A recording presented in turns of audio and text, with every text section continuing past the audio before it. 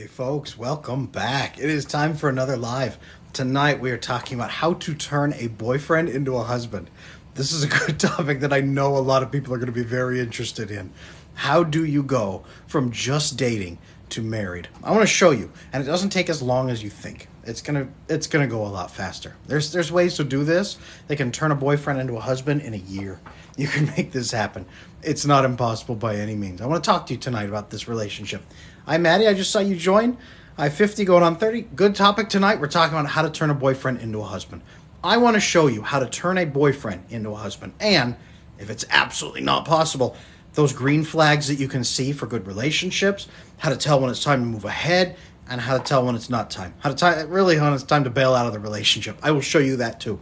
Because if you want it to go somewhere, and it's not going to go somewhere, I'm going to show you how to make that happen. The tips I have for you tonight, I've got 5 key tips and then 3 green flags to look for. 5 key tips to turn your boyfriend into a husband and 3 green flags to tell you he's the one that you should move forward with. Don't miss any of these pieces. I got a full hour tonight. Nora Bay, love this topic. Thank you. Yeah, this is a topic that's near and dear to a lot of people. Tonight, I want to give you the top 5 ways to make this thing happen, to make this roll through. I'm a husband. I've been married for 13 and a half years now. Me and my wife, it moved pretty quick because we knew what we were looking for. And it's got better ever since. I want to show you how to make that happen because there are green flags. I'll talk about those at the end of this video. Green flags to look for to tell you that he is the one to move forward with. And 5 key points. Now, those 5 key points, I will warn you, they are so powerful. They will break you up if he is not the right one for you. If he's not the right one, the relationship will be toast. I will warn you about that right this very moment. So if you're going to follow these 5 steps, they're really powerful. Tonight, first of all, I love these likes going. This brings this number up here. I want that to go high because it pulls more people in. And here's the reason you want that to happen. Because this is a two-way street down here. This is a comment block. Please leave me comments. I will be reading them all night. Your questions.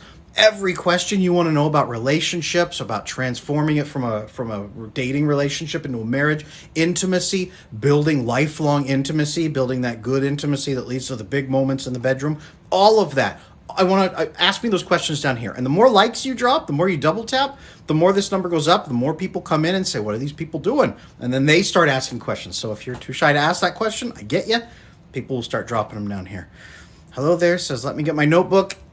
Good one. Just a heads up, I am on YouTube with 130 free guides now over on YouTube. Adam Lane Smith. There's a link in my bio. All this information is available, but the one I'm talking about tonight is something I haven't really talked about before, and I want to share this one specifically with you because it's so big.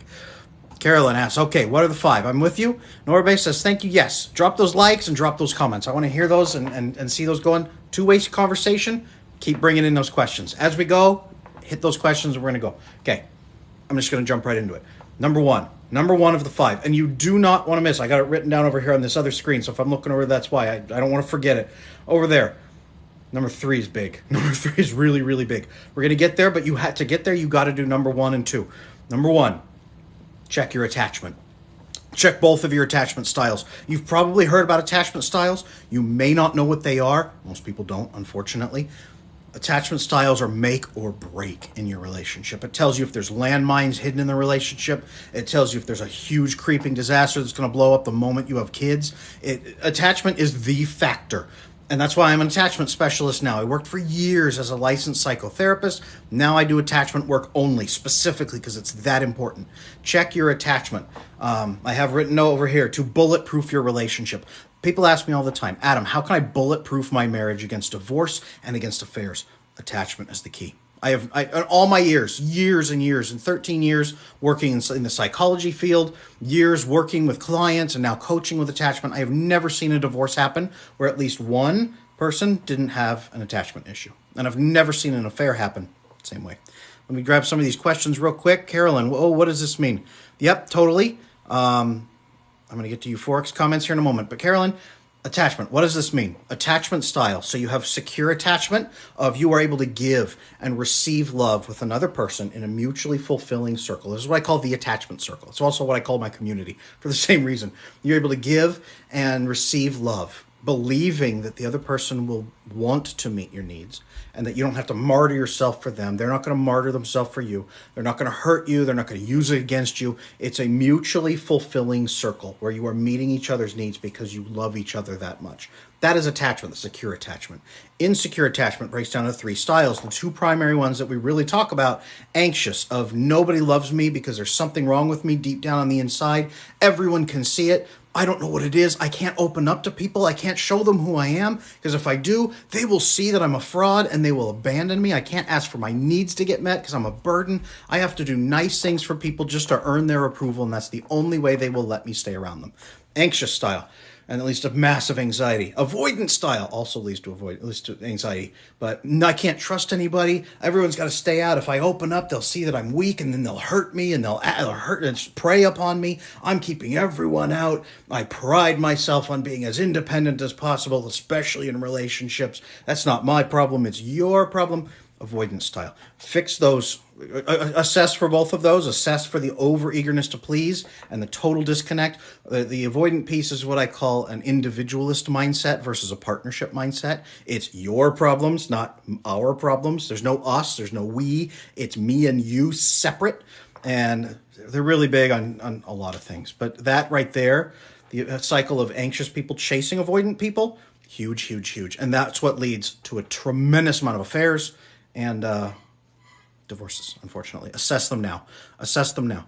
Euphoric Melody says, I had to ghost him since he was hurtful in dating. He came back, told him why he got angry instead of being sorry and apologized, so I sent him good letter. Yeah, I will say this. A secure attachment style, a healthy attachment style, a healthy communication style. Here's how they will communicate with you. Calmly.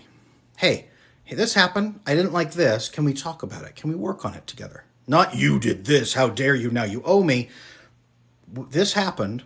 Can we work on this? Can we change this going forward? How can we adapt? We, as a team, how can we adapt to this?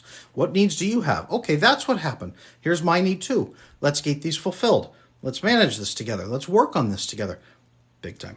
Big time, big time, big time. That's what healthy is. A lot of people have never seen healthy. So, euphoric. Why would someone not accept that they've been hurtful for you if they got feelings for you? The avoidance style cannot accept that they ever hurt you because they can't accept responsibility because that means they're bad. And then it puts them in a deficit and you're now above them and more powerful than them. And that scares them because they're afraid you're going to use that to hurt them. So they will nope, and disconnect. Anxious styles will collapse often. They'll try to rationalize it and show how it wasn't their fault. And then if it was, they will collapse into, I am a worm, please step on me and kill and destroy me, and then I will earn your approval somehow.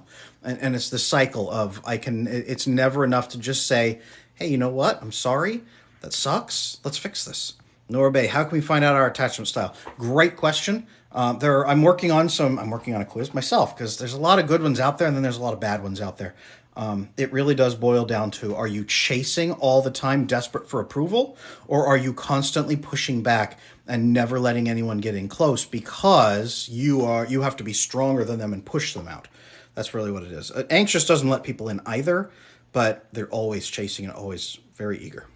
What's your relationship status? Married 13 years, 13 and a half. How do we make such a secure attachment with someone? That's my specialty, to teach that. I teach that night and day. Every minute of every day I'm teaching that. So I've got a book called Slaying Your Fear on Amazon. It's $5, and it teaches you how to go from insecure attachment to healthy attachment. And a lot of couples listen to the audiobook. It's about $7. They sit down, they listen to the audiobook together, chapter by chapter. It's about 10 chapters, and they make it a date.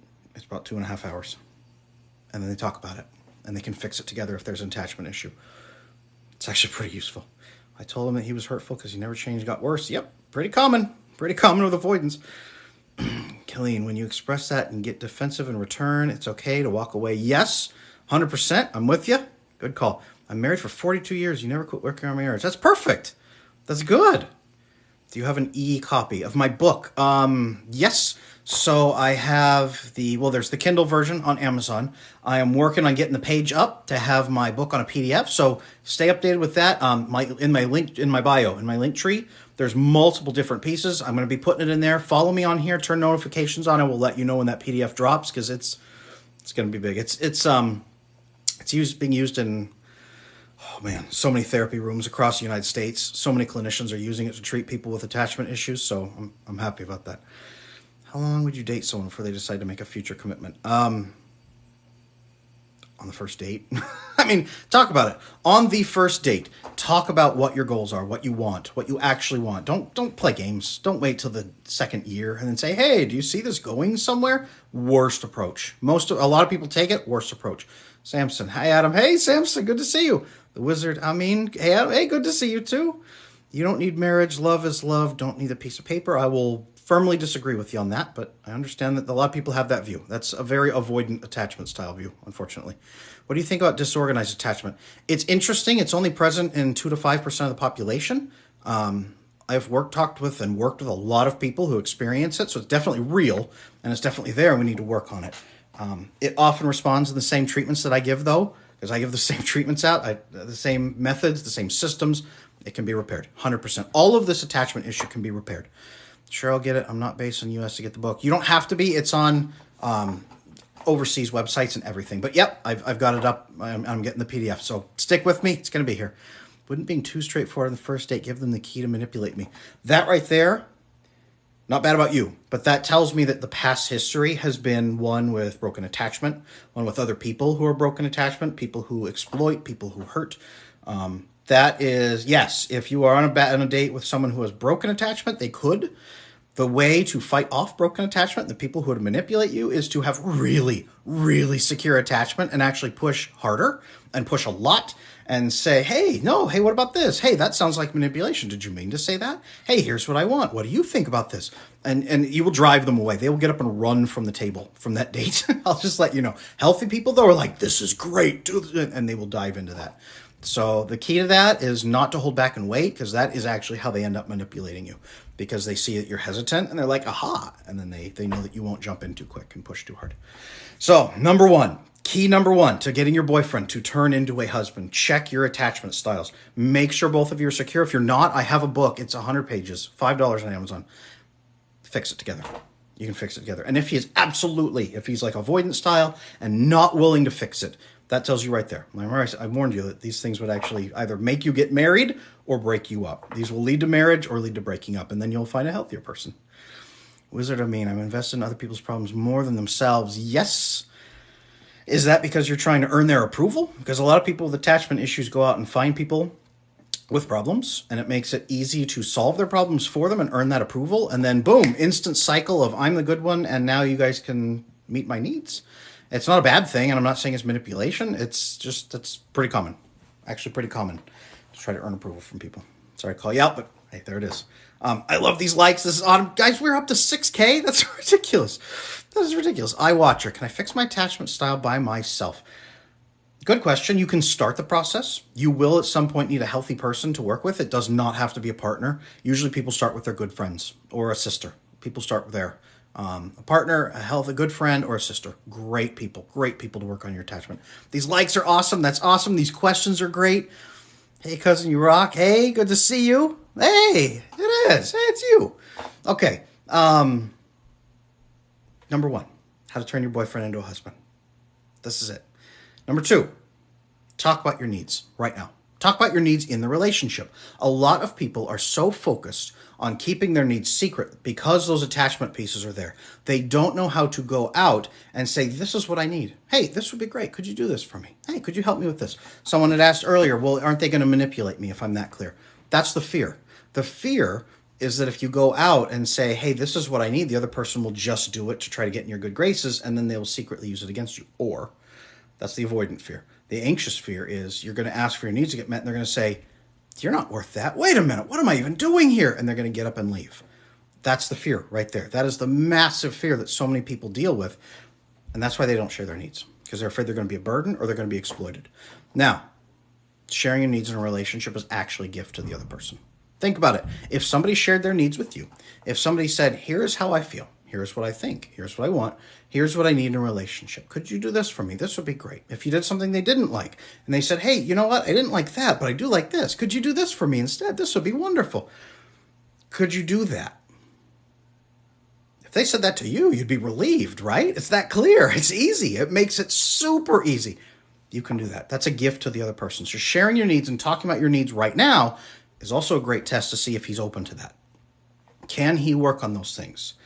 Is he being fulfilled? Are you being fulfilled? Or are you just working to please him? If you're just working to please your boyfriend, he will not turn into a husband, or at least not into a healthy one. At least not into a healthy one. Monica says, I'm not trusting online men. They're never serious.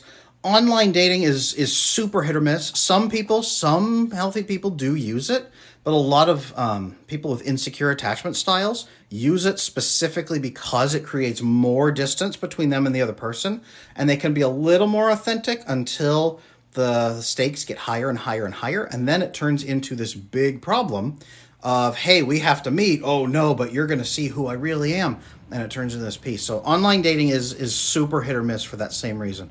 Samson says, let's get him to 25K. 25K, like, we're almost at 10K. That's ridiculous, you guys. Thank you. That's awesome. It's pulling more people in. That's why the stream is staying so high. Someone told me on the first date he can't marry me because he was Orthodox Jewish, but he wouldn't leave me alone. Well, it sounds like he had some sort of plan there, but also wasn't living by it. And that right there is a fantastic filter. That's a great filter for this isn't going to work. Please stay away from this person. So that's right there. That's right there. The wizard, tap the screen, guys. Come on. Yep, I hear you. Thank you. Yeah, tapping the screen pulls people in. Are people who've been in long-term relationships for 5+ years a green or red flag?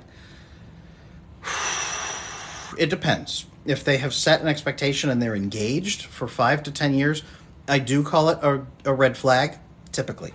Caveat. If they have just fully discussed their needs, they are building that good attachment, they've boosted their attachment. I have guides for this over on my YouTube channel, Adam Lane Smith, like 130 guides over there, free. So it's like, dozens and dozens of hours of education. It's a free university course. They're building that attachment. They're working as a team, as partnerships. They're not trying to earn each other's approval. They're not backing away from the relationship. One of them doesn't really want the marriage and the other one is eh. If they are fully functioning in a relationship, that is great. That is fantastic. If one of them is chasing and one of them is withdrawing and one of them is waiting for their needs to get met, very big red flag. And that's often the case, actually. Often the case. Well, talked about needs and commitment. Everything was great. Avoidant abruptly left the relationship. Yes, talk about them earlier. Talk about them much earlier in the relationship because that will start driving the avoidant people away. Not that they are bad. A lot of avoidant people, sometimes they will start opening up and saying, wow, I didn't realize I could have this loving relationship because we don't have attachment issues because we want them. We have them because we don't know there's a better way. Our family didn't teach them a better way. Our family didn't teach us about love, acceptance, care, safety, nurturing, the ability to be honest. We were punished when we were honest. We were hurt. We were screamed at. We were abused. We were separated from everybody else. Whatever it was, you're separated out and you feel like it's terrifying to share your needs now. Carolyn, smart. If they don't want to meet your needs, it's a good thing they leave. Yes. So talk about these things early and often in the relationship. Healthy people will love it.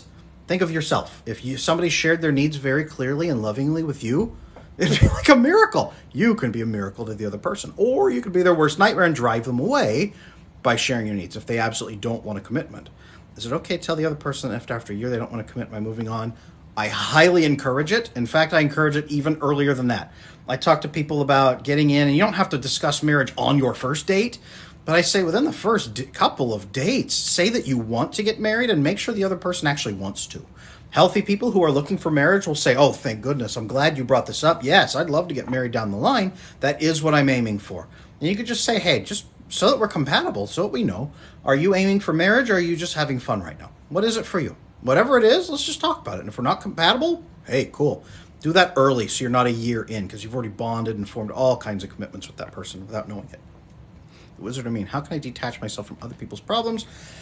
I'm overly invested in the solutions. Good question. To do that, you have to ask why. Why are you invested in their problems? Why are you invested in those problems? What is it doing for you? What are you hoping to get?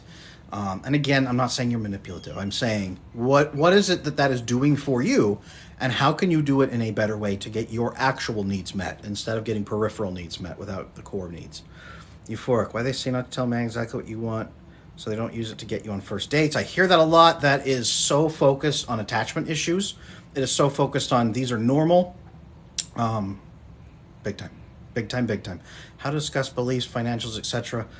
openly discuss them and say, if we get together and we get married, we will be working as a team. So let's make sure we're unified on a couple pieces. How would you like to handle blank? What is your ideal circumstance in blank? How would you feel about finances? How do you feel about working together as a team and having joint checking account? How do you feel about independent checking accounts? How do you feel about, and you just talk and you say, hey, realistically, we are going to be together if we're going to get married. So let's talk about these pieces. Get used to it. Get used to it, because after marriage, you have a tremendous number of conversations about this. Let me tell you, my 13 and a half years I've been married, you talk about these things a lot. I'll just let you know. Sounds like, why do you? Broke up with my boyfriend of 6 years now. He's wanting a chance to change and do better. Do I? A lot of guys only change. I don't want to say this. Women tend to change for relationships. Men tend to change for circumstances. So a lot of times women are in the relationship trying to change him. And they aren't changing the circumstances. They are just changing the relationship by adding a little pressure and saying he will change because he wants me to be happy and he wants us to be happy together. That is not how men work. Men tend to only change for circumstances. So this is why women will try for 5, 6, 10 years and then be totally fed up and say, I'm done. You haven't tried at all in 10 years. And then she's ready for a divorce. And he says, oh, wait a minute. Now I'm ready to try because it really is just changing the circumstances. And she's already done. So it depends if he's really changing. And if he is, keep an eye on that. There's some key indicators for that. I talk about that over on my YouTube channel, Big Deep Dive. That's a huge topic, how to make sure someone has actually changed. It's over on my YouTube channel. Over there, probably the best video for that is Adam Lane Smith, How to Heal After an Affair. Actually would be the best one. It's even if it wasn't an affair, it shows the roadmap of telling if somebody has actually changed or if they have not. So, is anxious attachment related to having a narc parent? Yes. 500%. 500%. It's not the only way to get it by any means. Children going into the NICU and learning that no one's going to take care of them and comfort them when they're crying. Daycare early on in life, in the first 6 months of life. Abuse, neglect, parents with depression, parents with ongoing anxiety, parents with attachment issues themselves. Yes, all the way up to narcissistic. Yes, all the way up to borderline personality disorder. All of those pieces can cluster in and make it so the child thinks they have to earn approval from other people. Carolyn, Adam Smith on YouTube. Yes, Adam Lane Smith, Lane. I got to use my middle name because I write books, and you do not want to be Adam Smith writing books on Amazon. Adam Lane Smith, Lane, over on YouTube. There's a link in my bio. If you click Linktree in my bio, there's a drop down that says YouTube. There's a drop down that says Community. Everything is in my Linktree. Check the Linktree for everything. The wizard, guys, this is awesome. I've got so many more to get through. I'm going to get through them, but these questions are fantastic, and these likes are great. We're almost at 20,000. If you can keep those likes going, that pulls more people in and gets more questions. So thank you, guys. This is awesome. I feel like men can regain interest, unlike women. When they lose interest, it's done, game over. Women are so deeply invested in their relationships, and they attune to them, and they change for them, and they adapt into them. Most women, most healthy women, it's amazing. Oh, Nikki just sent sunglasses. Thank you. That's, hey, mapped right on top. Perfect. Thank you. Women adapt into the relationships. Men typically do not. And when men are done, they try to rebuild that interest, sort of. But when women are done, they are so done. It is so hard to rebuild that, often because they've burned themselves to death trying to make it work. That's usually what has led to that. I've got a whole book on this called Exhausted Wives, Bewildered Husbands, of women who are just run to the end, and the men who have no idea what the problem is and why they're making such a fuss. I have that on my, that's a major piece. And that's what a lot of divorces are, is the dude saying, why are you so mad? And she's saying, how can you even ask me that? It's been 15 years of this. Big time. So I'm going to jump ahead. Carolyn says, awesome, thanks. Thank you. Keep the comments and the likes going and share this video out. This is awesome. Let's roll on to point number 3. And I said this was a big one. Make sure your goals align, and do that as early as possible. If you didn't do it at the beginning of the relationship, do it today. So men bond best through a chemical called vasopressin. Men get vasopressin when we achieve goals together, when we achieve little things together, when we build things together, when we work as a team. If you are not building things together with him, nurturing those pursuits together, if you're not aligning on your goals, where are you going? Who is he aligning with on his goals? Does he have goals? Good husbands are men who have goals. Some goal in life, something. Bad husbands are men who have no goal except just feeling good and enjoying pleasure for the rest of his life until he dies.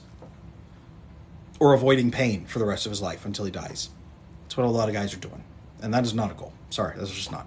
So figure out your goals, align them very quickly, and align them soon, and then work toward them and say, okay, what are the obstacles in our path? Even if your goal is, I would like to get married. Do you? Yes? Okay, what's in our path? Let's figure this out together and solve them together.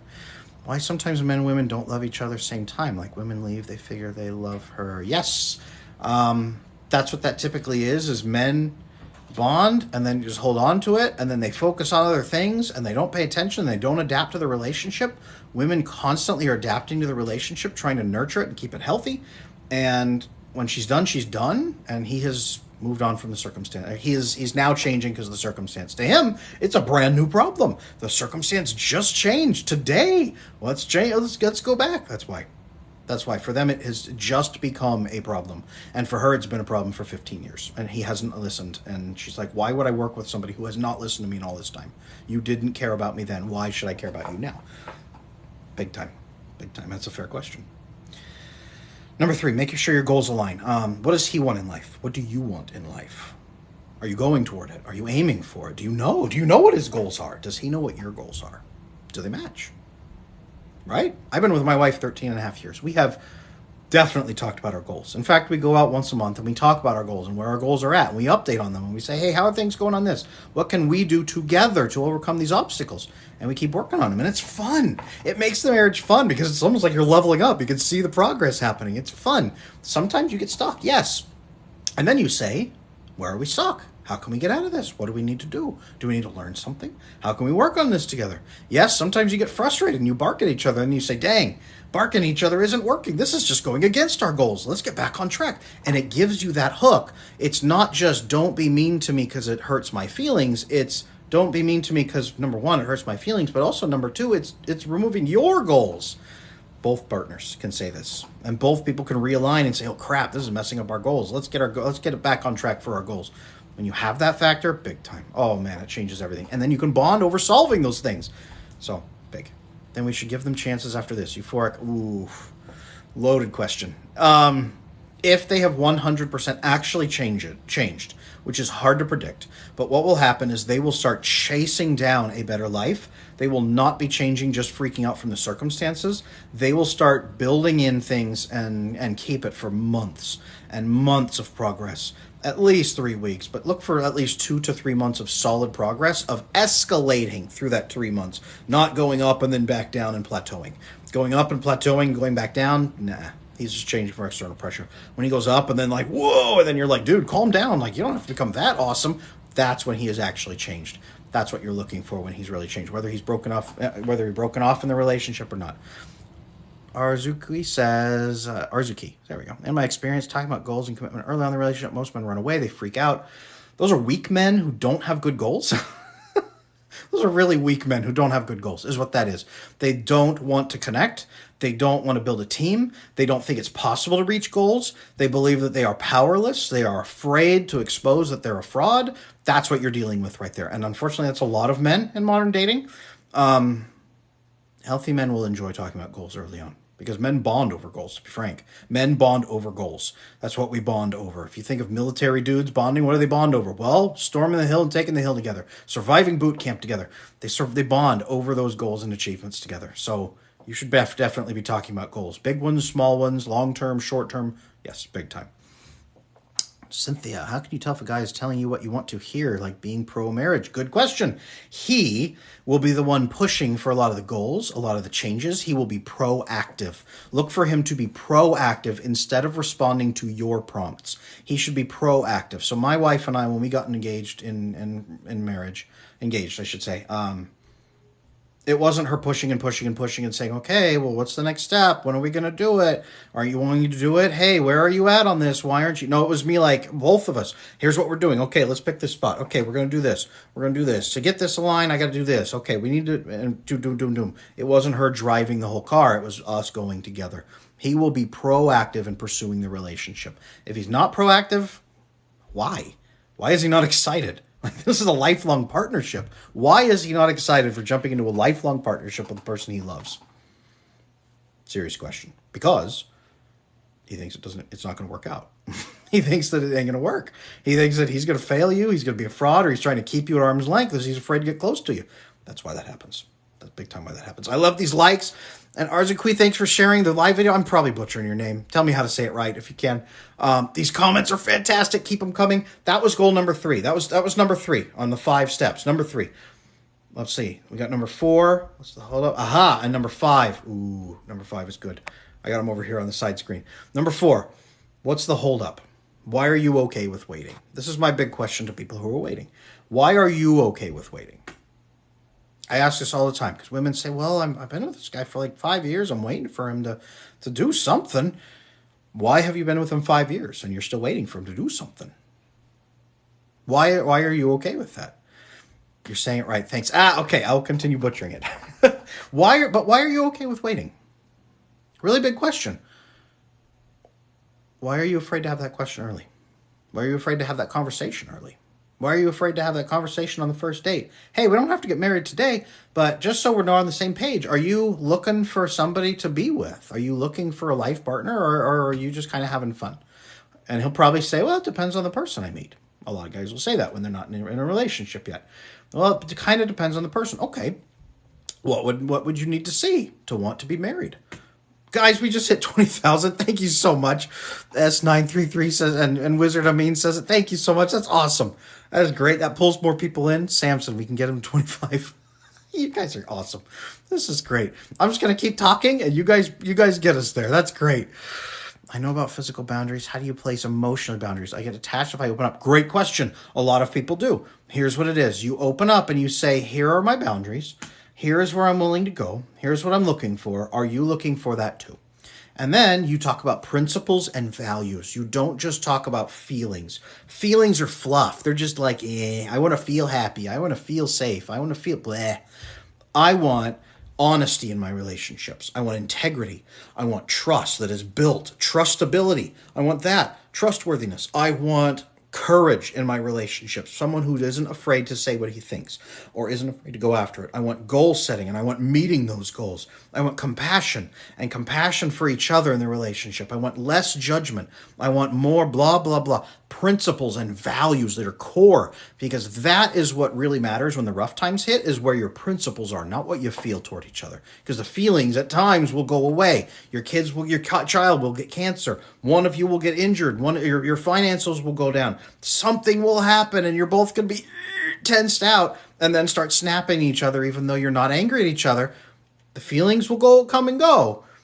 The principles and values is what really matters. So talk about those. And if the person has those good principles and values, ask them how. Hey, where'd you learn that? Let me see it. And then that's what engagement is supposed to be. You start dating them and you're dating them and then get engaged to them. You are watching them live out their principles. Most people don't realize this. They say, well, dang, you have to know somebody for at least 5 years before you get married. No, you have to watch them go through a few big crises and see how they handle it, see how people deal with it, see how they talk about other people, see how they treat people that cause them pain, see how they talk to those people and say, hey, let's work on this together. You caused me pain and it hurts, but let's work on it. You see how they go through those crises. And when you've watched them live out their principles consistently, and it's an external code they have made explicit, and then follow up on it consistently, that builds what's called trustability. That is trustworthiness. That is accountability. That is reliability. That is good predictability. That's what you build, and then that's what the dating period is for. They didn't have dating back in the day. They had courtship, where you would say, hey, I am interested in marriage. So are you. Our families joined us up because we are interested in marriage. So let's slowly have these discussions, and I will talk to your family about you and get information about you. You can talk to my family, and then we will meet, and I will see if you actually follow through with your principles. And if you do, and you have the same goals as me, then we will get married. That's what it was back in the day. It can be the same thing now. You don't have to have arranged marriage. You can be talking to each other about these things and watching for those principles and see what they do. Euphoric Melody, I waited 3 years, making a big mistake. Now I won't make more than 6 months. Yes, good call. 2 or 3 dates, to be honest with you. 2 or 3 dates is enough to at least see if you guys are compatible. And then you start moving in this direction by talking about deeper things, deeper goals, commitment, where are we at? You don't have to get married on the 3rd date, but man, you should be moving in the right direction. If that is your goal, don't play a game. Move in the right direction. Don't wait. Don't wait. By all means, do not wait. These likes are awesome. That's so great. Thank you, guys. To Cynthia, do men gaslight more than women? Why do they do it? I've recently heard this behavior exist. They do not gaslight more than women do.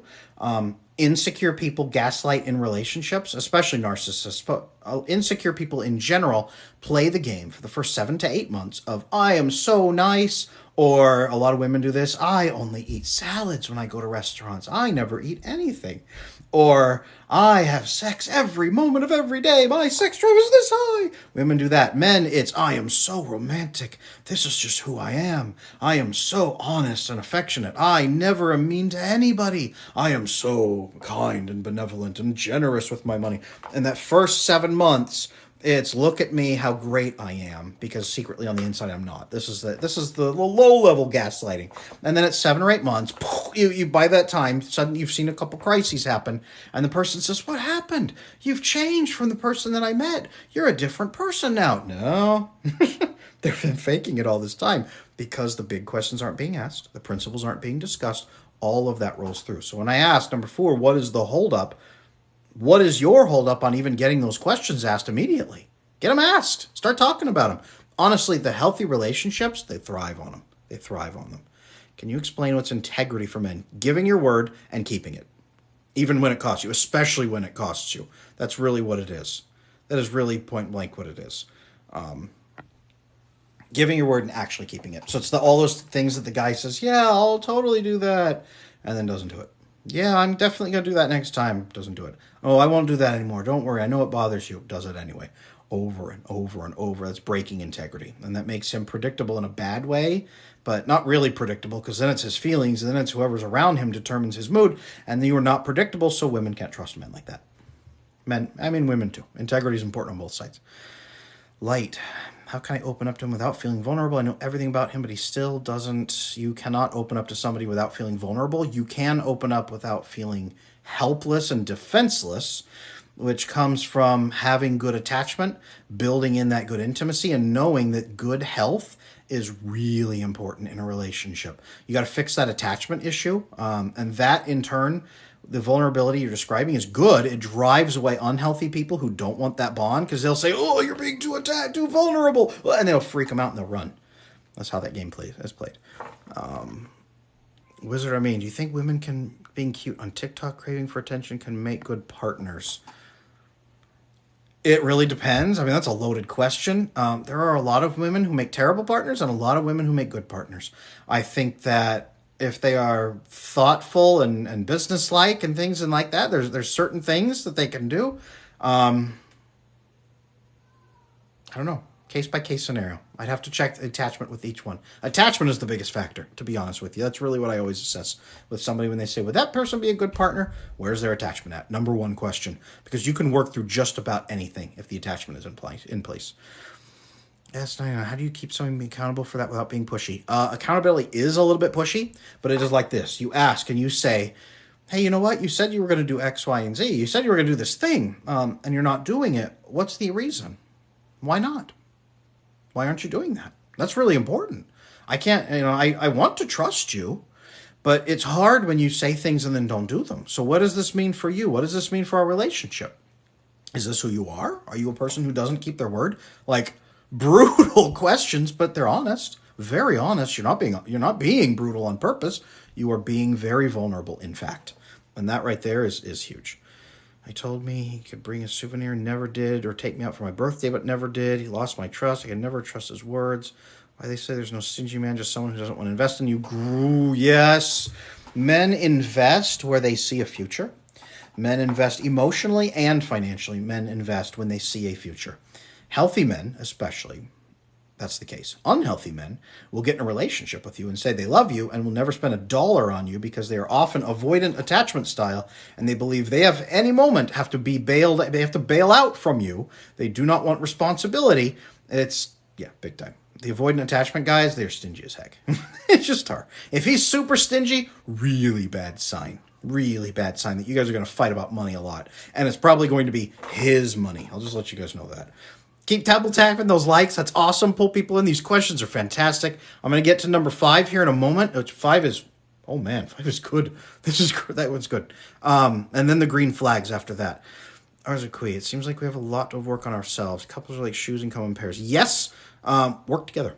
100% work on these together. Again, men bond by suppress and best. So solving problems together will actually make him like you a lot. It will make him like you a lot. So if he's willing to solve the problems, I should say. You can't solve, remember, men don't change for relationships, they change for circumstances. But saying, I am looking for healthy attachment. I need healthy attachment so that my children will have healthy attachment and I can have a lifelong relationship. That is what I want. Is that what you want? If it is, we need to do this work together. Are you willing to do this work with me? Point blank. That question right there that I just asked, there you go. That's like $10,000 in 2 years of therapy. Couples therapy, right there. Boom. Ask that question. Right there. $10,000 with the wizard of me. And I meant influencers get so much attention on social media. Will they ever be satisfied with one partner? Yes, absolutely. Yes, they can. Yes, they can. Different kind of attention because those influencers, that's usually their job and their finances. The human brain is built to get vasopressin by bonding together through solving problems. Oxytocin by warmth and care and nurturing and kindness and connectedness. Serotonin by those connected relationships, the good conversations, the acceptance, the love, the hugs, the affection. Dopamine by reinforcing all of those things over and over and feeling that pleasure in those moments. All four of those chemicals, that's kind of what we call love. There's those big four. And social media work does not give you that. It gives them binge dopamine if they are addicted to it, and it's not just a job. If they're doing it for fun, it's the dopamine binge. Same as people sucking down sugar, people with pornography addictions, people with gambling addictions, people smoking cigarettes is dopamine. A lot of that dopamine binge is what it is, and that comes from those broken relationships. They're usually trying to replace the serotonin that they're missing, and that's why they're so anxious, they're so depressed, and they're binging it on the dopamine. And that's what a lot of people end up doing on the social media. What if they're well off, the financial investment doesn't mean as much? Then they'll look at the emotional investment. Look at the time. The more money a man has, the less time he has, interestingly enough. That right there, will he spend time on you and make you a priority and be consistent and say, you are my priority, and then shows you you're his priority consistently without saying, I'm a martyr, I'm giving you my time. If he's really invested, time and money is what men really give. Number 5, the last one. The last way to turn a boyfriend into a husband. So we've talked about checking your attachment first to make sure that you even can form a loving, healthy relationship together. Both of you. Check your attachment. Number 2, talking about your needs right now so that those are out in the open so that you guys can bond over them. You can figure out if he's the kind of person who wants to meet your needs. Number 3, making sure your goals align so that you know what your goals even are and so that you can build toward them as a team or not. And number 4, what's the checking what the holdup is? Why are you waiting? Getting rid of your hesitation, getting used to asking for those things, getting used to saying, hey, I would really like this. A lot of women, their dad didn't get them used to asking for things, or their mom punished them for asking for things, and now they're terrified to say, hey, this is what I want. Hey, can we do this? This would be great. They don't separate and filter out men based on those needs. They think no man will ever want them if they're pushy about needs, so they need to invest 5 years of just sitting there and then hope the guy falls in love with them. And that's what most women are doing in dating. That's why we're even having this conversation of turning a boyfriend into a husband. This is why. Get used to asking for those needs. Healthy men will like that because you're giving them an instruction manual for you. You're like, hey, welcome to this relationship. Here is your instruction manual to me. Everything you ever need to know, here it is. You never need to wonder. And if you have any questions, please ask. I will definitely tell you because I'm an open book. Like, men line up for that. Men are like, okay, do you have a wait list? Can I get in there? Like, I would marry you today. A lot of men will. They're like, okay, let's make this work. That's why healthy men like it, because you make their life so easy, predictable, trustworthy. All of those good things are right there. Right there. The Wizard, I mean, almost there, guys, 25K. Holy smokes, we're almost 23. Thank you, guys. Yeah, keep double tapping that screen. It pulls people in, but these comments are great. Set the expectation is number 5. Set the expectation. Point blank, right? I said do it. All of this leads up to it. Say, I want to get married. I do not want to wait more than 5 years. I do not want to make 5 years for this. I want to get married. Cool. Do it. Say, I would like to get married. I do not want to wait more than 6 months. Can we please get married within 6 months? And if you're not ready by now, what is the holdup? Where are you at? Are you not wanting to get married? Are you wanting to wait 10 years? Why? Start asking questions. You do not have to be rude or mean to do this. It would be great to do this because if they are not right for you and you are not right for them, you are doing them a favor. you're doing them a favor, because otherwise it's going to be 5 times worse, 100 times worse. Trying to break up later when it comes out 5 years from now. Oh, hey, wait, maybe not. And you're 30, and you're like, oh crap, I thought we were going to have babies by now. A lot of women do that. I've worked with so many women over the years who've been in that exact circumstance of, I thought he was the one, I gave him 5 years, now I'm alone and I have to find somebody. Don't be that. Don't do that. Don't do that to yourself. Don't be that person either. How long should engagement be? Great question. I met my wife 2 weeks later. We got engaged because we loaded these conversations up. We got engaged after 2 weeks, like 14 days. And we were engaged for 11 months. And we got married to the day 1 year later. 11 months, actually. 11 months. 11 months to the day we got married. And we're together. 13 and a half years married, 14 and a half years together as a couple. Because we talked about all of these right up front. All of them. It works. It works. And I teach men this, and I say, hey, get in there, talk about these things, build them up. And I have one guy who came back and said, Adam, hey, I took your course. I have a course called How to Get a Girlfriend. And it's really how to get a wife. And he's like, dude, I took your course. I did all this stuff. I talked about it, and I am engaged. And he just sent me pictures not too long ago of their 2-year wedding anniversary. Like, that's fantastic. Wow, that is fast. Yes, it is. Yes, it is. We weren't willing to wait. So now we have 4 wonderful kids, been together 14 and a half years. Like, it works. It works. Some of the couples that you talk about, too, have been together and they're 80 years old. You're like, how long was your engagement? 6 months, a year. We just knew. We talked about all the things up front. That's how you make it work. My dad switched up on my mom as soon as she gave birth, and I'm too scared. Really good question to talk about. Why? I don't think he switched up. A lot of guys have that avoidant piece, and they're like, hey, this is super casual. I don't have any stress in my life. I just have this woman who's here. Oh, crap. Now there's tons of responsibility. And a lot of times it brings problems. I mean, having a child is stressful, and it boils everything to the surface. So those attachment pieces that are already there, boom. It's like that. It's usually an avoidant piece that was there that was okay because they could survive it. How soon to get physical? Good question. It depends on your values. That is something you should talk about also very quickly in the relationship. Every couple's a little bit different. Every couple has different expectations. Samson, you both knew what you wanted and needed. Very happy for you. Thank you, bro. Yeah, we talked about it. We wouldn't have known if we hadn't talked about it. Debbie, but narcissists try to move quickly. It's one of the huge red flags. Glad it worked for all. Yes, they do, but they also cannot discuss principles and values and then hold true to them. And you can't go talk to their family and get good data from their families and their friends. You can't watch them interact in those social circumstances. It's a deep, involved process. Your first year of dating someone should not just be fun. It should be actually diving in and doing a lot of work and a lot of investigation on each other openly. All right, I'm getting your book. Thank you. Hey, it's on Amazon. Slaying Your Fear. It's $5. It's the price of a fast food hamburger. Carolyn, it works. So many people do, especially as older people. Yes, exactly. Just when you run out of time, $25K. Holy smokes, guys, that's ridiculous. That's like the most I've ever had ever. This is ridiculous. Thank you very much. I hope I'm giving back to you guys too, because this has been a great conversation. I've got 3 more pieces to talk about here. The green flags when it is time to pull the trigger and get engaged. You don't want to miss these 3 pieces right here. Finish off these questions first. How do you really know to get someone other than traveling or living with them? These 3 questions I'm going to give you. These 3 green flags are really good pieces. I have over on my YouTube channel, free guide for this, Adam Lane Smith, How to Find a Boyfriend. It shows you how to filter out the bad, filter in the good, build your social network, connect with these people and find a healthy partner, and then transform that into a loving relationship. I have that over on my YouTube channel. And then I have How to Boost Your Attachment as a Couple over on my YouTube channel.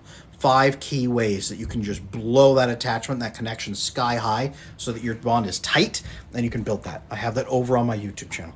Euphoric, thanks for the most likes you gave to Amazing Life. Thank you. Yeah, this is two-way street. Two-way street. That's what this is. 6 grandkids will be reading your book. Thank you, Carolyn. You know what? Come back. Make sure you follow me and then do notifications. Come back and be like, hey, I read the book, and tell me what you thought about it. I would love to hear that. So, okay, I'm going to jump into these 3 green flags. How to tell when it is you are ready to dive into engagement talk. 3 pieces right here. Number 1, I'm going to go through them real quick and then explain them. Number 1, he is clear about his needs and expectations without being demanding. So it is the person who can say, hey, Here's what I would like. Here's my goals. Here's what I want. Here's what I'm aiming for. What do you think about that? Are you on board with that? Here's what I need in the relationship. I need this. I need this. You know, when it's even just down to the day. Hey, I'm having a tough day today. Could you do this for me, please? This would be helpful. Could you do this? And not demanding, and not like, please, please, I'll do anything. No, he's just like, hey, very calm. This would be great. Could you do this for me? And he's very clear about what he doesn't want. He's like, hey, no, I don't like this, but I do like this. Could you do this? This would be great. That level of clarity and openness, it's fantastic. If he's looking for that, he is probably pretty good. If he can be loving and gentle and consistent with it, even when he's stressed, he can do that. Number 2, he's attentive to your needs and expectations without being approval seeking. So the guys who are like, oh, I am the greatest person, I will show you, I am not like other men, I am so romantic, I am overwhelming you, maybe not, but he's attentive to your needs. And he asks you like, hey, what do you need? No, I really want to know. And then you tell him and he says, oh, okay, why is that important? And you explain why. He's like, oh, now I get it. Okay, perfect. And then he starts doing it consistently. And he's doing it on his own eventually. And like, yeah, hey, you need this. Cool. I don't have to worry about that. And then your expectations are clear. And he's like, cool, that's your expectations? Here's mine. 100% on board. Let's talk about this. Healthy men, yes, healthy men do this because they don't want to waste their time. And they also don't want to be with somebody who hates them down the road. They want to build a healthy relationship. And they know that this is how. It's just low drama, low stress, very clear. It's like working on a project together because that's what it is. A healthy marriage is working on a project together. You are lifelong partners. This is fantastic stuff, but you got to do it. This is what healthy men want. Number 3, he talks about solving problems and goals together. So when there's a problem, he says, what can we do about this? Not, well, what are you going to do about it? Or what? And don't worry about it. I'll take care of it. Hey, what can we do about this? Hey, here's this problem that just popped up. What can we do as a team? Hey, one of us, we made a mistake. You made a mistake. That's okay. Don't sweat it. What can we do to repair this damage? Hey, I did this. I will take ownership for this. This was my mistake. He also says, hey, he takes ownership. And he says, all right, how can we get back on track with this? What do you need from me so that we as a team can get back on track? We, us, our language, team language. He's talking about it that way and then following through with it. That's the key piece. Narcissists can gaslight you and talk. Ignore a lot of their words. Watch what they actually do. The words are nice as long as the actions back them up. That's the key piece right there. Those 3 pieces. He's clear about his needs and expectations. He's attentive to your needs and expectations. Number 1, number 2. And number 3, he talks about solving problems and goals together. If you have those 3 pieces, he probably has secure attachment and you have a firm foundation to build a relationship. Go ahead and get engaged. Don't get married yet, but go ahead and get engaged and start testing those and see if that's really who he is when he goes through a couple crises. Make sure, what am I doing here? Make sure, should we make the guy we meet read the book to you? Well, I mean, yes, obviously. Everybody should read my book. But yes, realistically, you should at least talk about attachment. Say, hey, I heard about this cool thing called attachment where you bond or you don't, and it's secure and you're open with your needs or you're not. Can we talk about some of this stuff? I've got YouTube video. I've got, again, like 130 YouTube guides over on my YouTube channel, Adam Lane Smith Attachment. Just look it up. There's a ton of them. Watch some of those together and say, hey, what do you think about this topic? Really good. I can see it's the right choice. Samson, thank you. I like you, Samson. You're cool. If you guys could keep smashing those likes, I can't imagine we're going to get to 30K tonight. I don't even know what I would do at that point. Cynthia, if you're with someone who treats you amazing but doesn't say I love you as much as you need to hear it, say, hey, you know what? I really need to hear more about love. I need the words. It comforts me and it makes me feel loved. Please say it. It would mean so much to me. And what can also I could do for you in our relationship to help you feel loved. Sharing what makes each of you feel loved together, back and forth. Huge, huge, huge. Can you train someone into associating the relationship with the we terminology? Yes. So it is, I hate this name. It's called nonviolent communication. And it is used because the violent communication is you. It's pointing at the person and growling and yelling and all that stuff. Nonviolent communication is us and we and solving problems together. Instead of focusing on the problems, focusing on the solutions and using us and we language. So nonviolent communication. Yes, you absolutely can. Words by, oh, wait a minute, what am I doing? Words by Manya. Hey, you're back. Good to see you, Manya. Yeah, I made it. I read your excellent book. Thank you. How'd you like it? Was there good parts in it? Did it make sense? Was it fulfilling? Did you learn something cool? I bet you did. But good to see you again.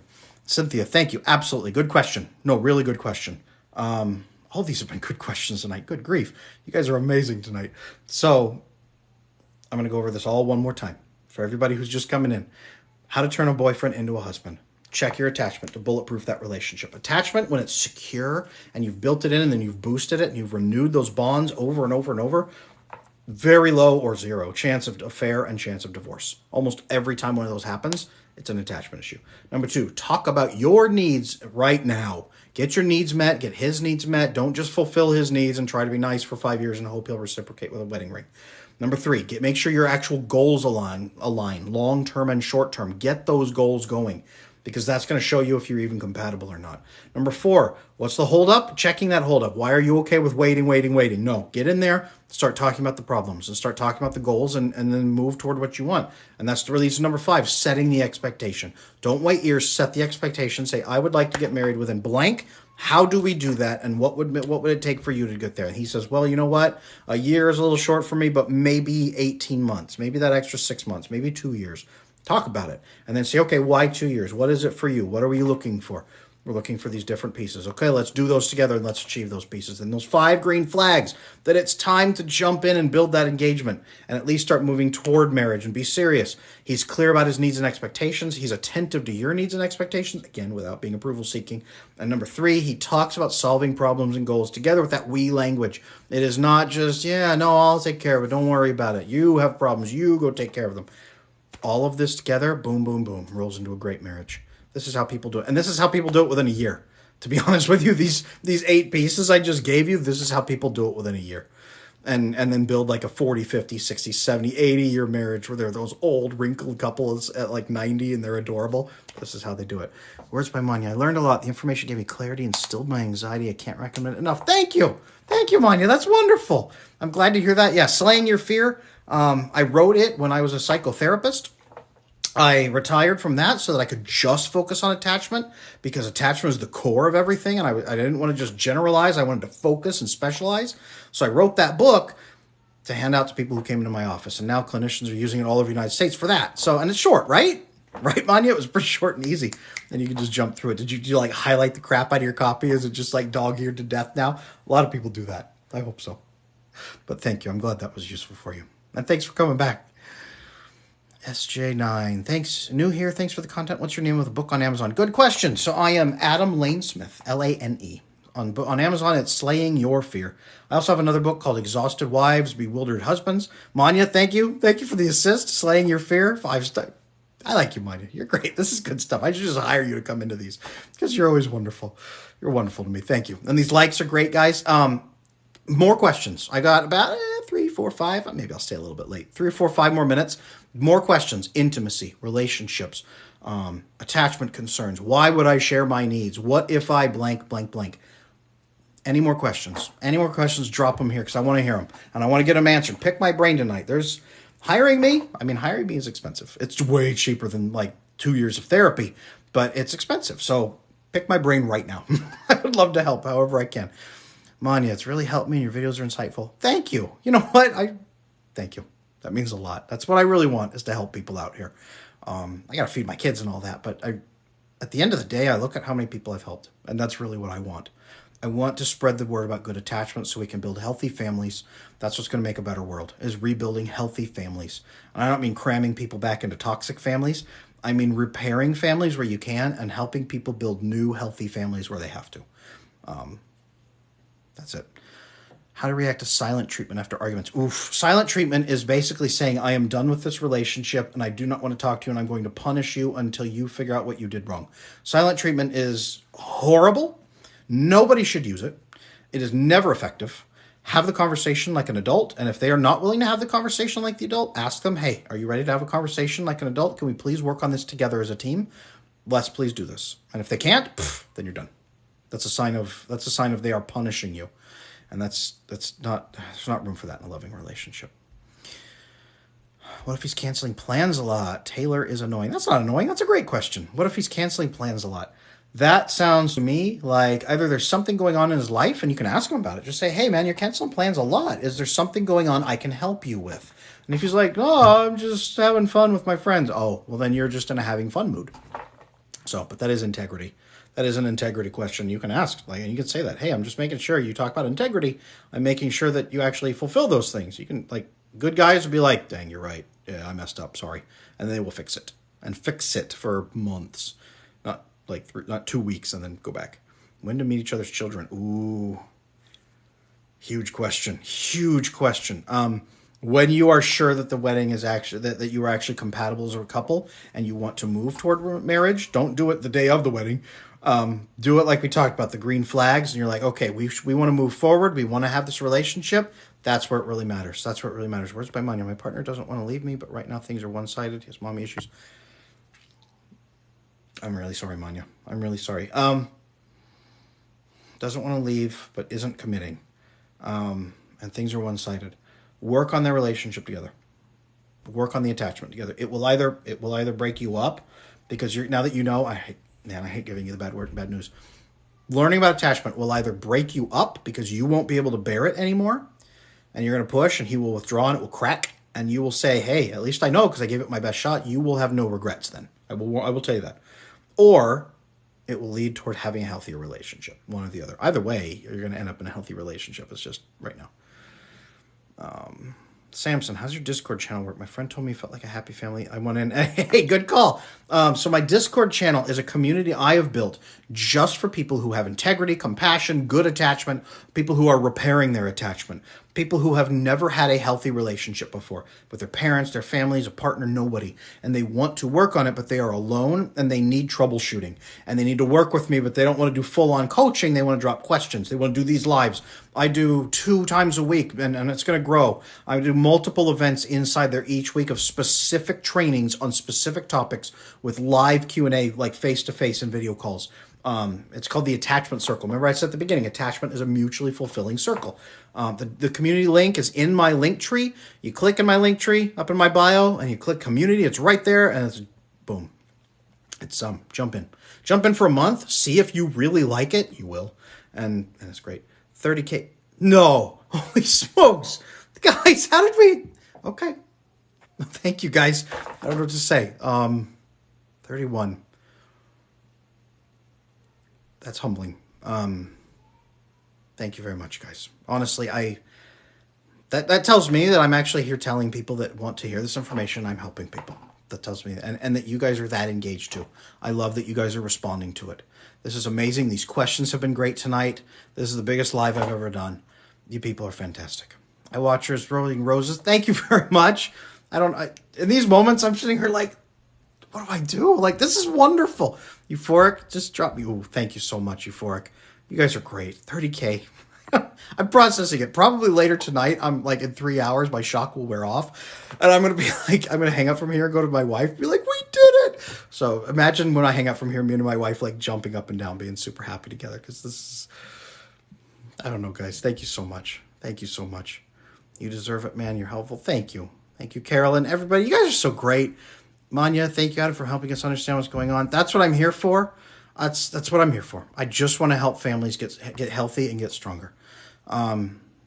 Elizabeth the Drover. My boyfriend's alcoholic. He's been working on it. He's better. I'm tired of the cycle. Yes.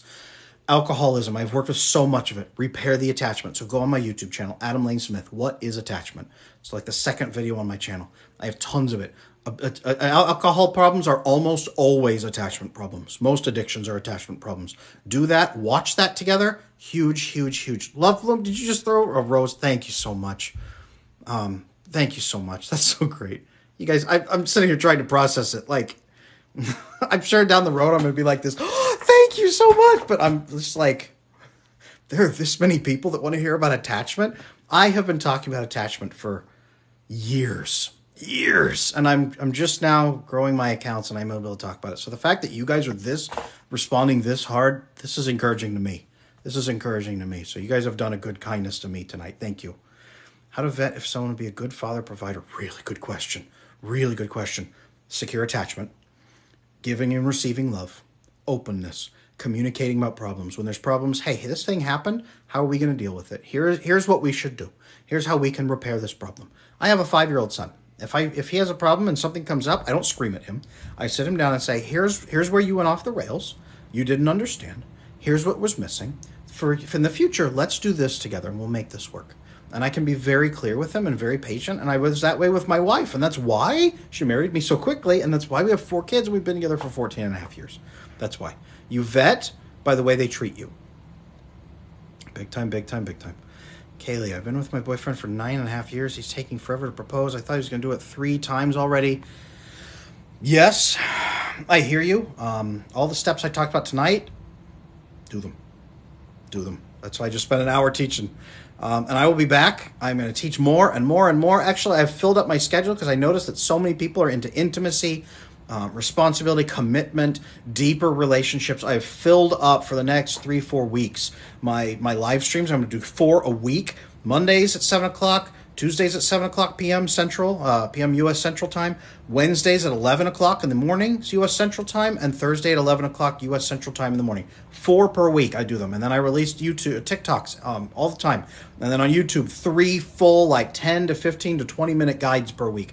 I'm just spamming out the good information. So, you guys, I will teach you everything. I will teach you everything. Make sure you follow, turn on notifications, and come back. Because we're going to get this going. You and me and all of us together will get attachment in the top, and every family is going to get stronger. That's what this is all about. All of this is helpful. Thank you so much, man. Of course. Thank you for coming. This was fun for me. So I hope you guys had fun, because this was too much fun for me. Clean Zab. How do I introduce language that opens attachment relationships where their voice was muted for Really thoughtful question. Good question. How do I get somebody to open up, basically I'm paraphrasing, and communicate about attachment when they're afraid? Watch my videos together. Watch my videos on YouTube. They're great icebreakers. I say use them as icebreakers. Watch my YouTube videos and say Adam Lane Smith on Adam Lane Smith attachment. Number 2 is like what is attachment on my whole channel. Watch those as icebreakers together and then say, what do you think about this? Are you concerned about this? I have a great video called Improve Your Communication in Less Than 10 Minutes. It shows all the needs, why you should share your needs, and how it's a gift to the other person, and you want to hear from them, and it switches in your brain from I'm a burden to I can give this kindness and gift. Huge improvement. Adam Lane Smith, Improve Your Communication, 10 minutes on YouTube, on my YouTube channel. Huge, huge, huge. I'm going to have to skip through some of these, but these are great. The Wizard, regarding men interest in older women, does it mean they have mommy issues? Really big question. Sometimes. Quite frequently. Not always. Because older women have tremendous relationship value. It does not mean they always have mommy issues. The older a woman gets, the more she gains wisdom, insight, experience, thoughtfulness. She grows in her relationship value, and that's the trade for youthful beauty when she's not 19 anymore, but she's 40, and she has tremendous relationship value, especially when she has secure attachment, and her value goes up in that way. So men who value that specifically will also look to older, healthier women. That just is what it is. That's why men marry one woman and stay with her for the rest of their life. 35K? No. 37? Guys, I can't scold you, but holy crap, guys, what are we doing here together? We are going to make attachment big. We are going to make attachment big. People ask, what does attachment do for you? It does everything. It does everything. People are not afraid when they have secure attachment. People are not afraid. People can have conversations. People can push back against bullies. People don't bully people because they have good attachment. People don't stay in the same job that they hate because they fear that there's nothing better. People don't stay stuck. People reach for love. People encourage each other. A person with good attachment goes out and encourages people who are hurt. Good attachment repairs anxiety, repairs depression, increases the threshold for PTSD. You can have trauma events all the way up here and still be healthy because your network is so strong. It does amazing things. It does amazing things. And we can do that for the whole world. We can do that for everybody. I know it sounds like I'm shooting for the moon, but it does. Samson says heal the world. That's the plan. The plan, it sounds grandiose, but it is teach each person about attachment. What is it? Each one teach one. Teach this person about attachment. They go into their family system. They work with as many people in there to build loving relationships as they can. Then they go out and build new loving relationships with their kids, with their spouse, with their grandkids, with their great-grandkids. Generations from now, you are looking at a massive shift from broken societies where people are afraid of each other and afraid of themselves to a healthy society where people are connected and bonded, and depression and anxiety has disappeared because it's not, our brains aren't missing those chemicals. People always say, I have chemical depression. Our society gives us chemical depression because we are not living the lives we are meant to be living. We're built for. Built for. Euphoric. Kaylee, I know he wants to marry, but he doesn't seem as eager, excited as that bad. Talk to him about why. Set an expectation. Say, I want to get married within the next 6 months, a year, and I want to have kids or whatever your goals are. And then say, how can we make this happen together as a team? What are the holdups? And if he says, no, it's at least 20 more years, talk about it. Talk about it together. That's the big thing. Talk about it. And if you can't talk about it, after 9.5 years, serious red flag. Serious red flag. Euphoric. I'm very close to my mom's sister. My 30s still with them. Is it healthy attachment? Yes. Families, the Homo sapien species has been on this planet for 200,000 years. In the last 60 to 70 years, we have started moving out and getting apartments. We have always lived together. It is good to live together. It is good to bond. It is good. If you're there because you're afraid to leave and you're terrified and fear shouldn't keep you there. Abuse shouldn't keep you there. Cultural expectations. And a lot of people from India chime into my streams and are like, no, there are bad pieces of this generational living too. And I get that. 100%. There are. But when it's good and love, live together. It's wonderful to live together. Built-in daycare, if nothing else. We all need guidance. Carolyn, 100%. 100%. You are so right. 40K? 42.